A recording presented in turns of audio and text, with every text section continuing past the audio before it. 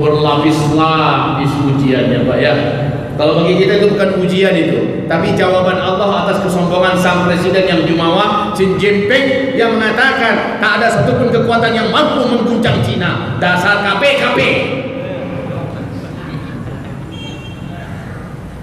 Mereka tak percaya dengan Allah, mereka tak punya iman, maka mereka mengatakan tak ada yang bisa mengalahkan Cina, tak ada yang bisa mengguncang Cina. 1 minggu saja Bu, setelah dia ngomong begitu, Allah bayar tunai. Allah tak kirimkan rudal di situ, Allah tak kirimkan tsunami, Allah tak datangkan gempa besar, Allah tidak turunkan petir, Allah tidak datangkan angin puting beliung. Allah hanya datangkan makhluk yang tak nampak yang disebut dengan virus. Namanya cantik.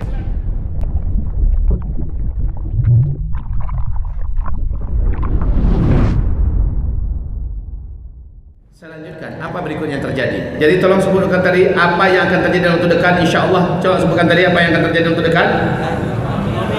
Kehancuran ekonomi dunia. Ibarat Allah yang kami muliakan, harga emas sekarang ini sudah ada di tingkat dan di peringkat yang belum pernah ada sebelumnya.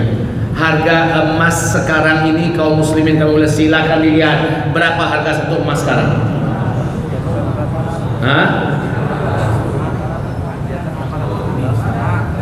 Harga emas antam, harga emas antam, harga emas murni, emas biasa 24 karat, wahai kaum muslimin, 5 hari yang lalu saja harganya sudah Rp1.925.000. Naik terus kaum muslimin. Antam sekarang ada di puncak harga emas. Ingat tidak, 3-4 tahun yang lalu saya sudah peringatkan kaum muslimin seluruh Indonesia, bapak-bapak kalau ada duit, ibu-ibu kalau ada simpanan, tolong beli emas dari sekarang. Siapa yang dengar kajian saya dari dulu, sekarang baru ketemu kan? Sebentar lagi emas akan melejit dengan sangat tinggi dan kalian akan tinggalkan uang kertas. Saya katakan demikian. Sekarang uang kertas di Cina Pak benar-benar dicuci. Beberapa negara sudah mengajak uang kertas adalah penyebaran virus COVID-19 yang paling efektif itu adalah uang kertas. Nah sekarang udah mulai takut orang megang uang kertas. Direndam Pak, direndam pakai obat-obatan, kemudian dicuci, baru disetrika dan dijemur kembali, dipakai lagi. Betapa ngerinya ini kaum muslimin. Nah, Nabi mengatakan kalian akan tinggalkan semua uang kertas nanti di akhir zaman. Dia akan berserakan di pinggir jalan seperti daun-daun menguning yang berguguran, tidak ada nilainya, dipermainkan oleh anak kecil kalian. Saat itu nanti kalian kembali menggunakan emas dan perak. Kalau sekarang saya ajak ibu bapak untuk beli emas, terlambat atau tidak? Jawab, terlambat atau tidak? Kalau tidak, beli. Kalau ada duit, beli daripada nyimpan dalam bentuk angka-angka. Ya, sebentar lagi bapak ibu akan menyesal. Pak, Bu, 2018 LRT sudah mulai menarik uang-uang mereka dan mereka beli emas. Mereka sudah tahu apa yang akan terjadi. Hong Kong hampir seluruh warganya tarik dana-dana mereka dan mereka beli emas. Mereka sudah tahu. Amerika tahu persis, makanya Amerika gila-gilaan mengumpulkan emas di dunia ini. Amerika, Inggris, China, Australia dan negara besar berlomba-lomba pada beli emas. Karena mereka tahu nanti kembali kepada emas. Nah sekarang itu sudah diambang pintu Bapak Ibu, kehancuran ekonomi global. Wahai hamba Allah yang memuliakan, dampaknya apa? Nanti negara-negara di muka bumi akan bangkrut, lalu pemerintah tak sanggup menggaji para pegawainya.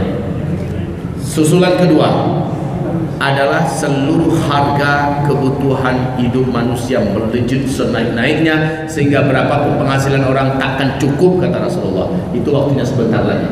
Sekarang wahai Bapak Ibu, berita-berita yang mengerikan, karena banyak negara sudah terjadi mengunci kota-kota mereka, pabrik-pabrik stok nggak jalan, apalagi Cina kaum muslimin, puluhan kota di stok, pabrik-pabrik dihentikan.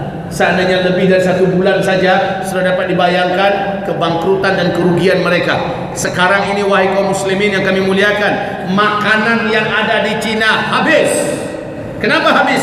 Satu, hewan ternak mereka, apapun ternaknya, mau kambing, mau sapi, mau ayam, mau anjing, mau babi, mau apa saja ternaknya, karena orang-orang nggak boleh keluar, mati semua Pak. Makanya 40 kontainer yang bisa membakar 5, yang memiliki kapasitas 5 ton. Itu 40 kontainer didatangkan ke daratan kota-kota Cina. Untuk apa? Membakar bangkai-bangkai hewan dan binatang yang mati. Nggak ada yang ngasih makan, mati seluruhnya. Sementara lahan pertanian Cina, Tuhan yang mengurusnya nggak ada.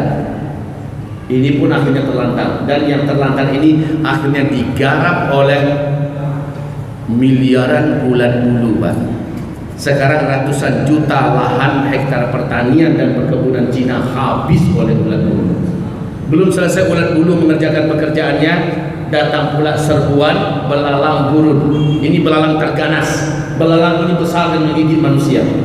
Jumlahnya miliaran datang. Setelah menyapu Afrika, menyapu Arab, Pakistan, India, udah masuk di Cina sekarang. Berlapis-lapis ujiannya Pak ya.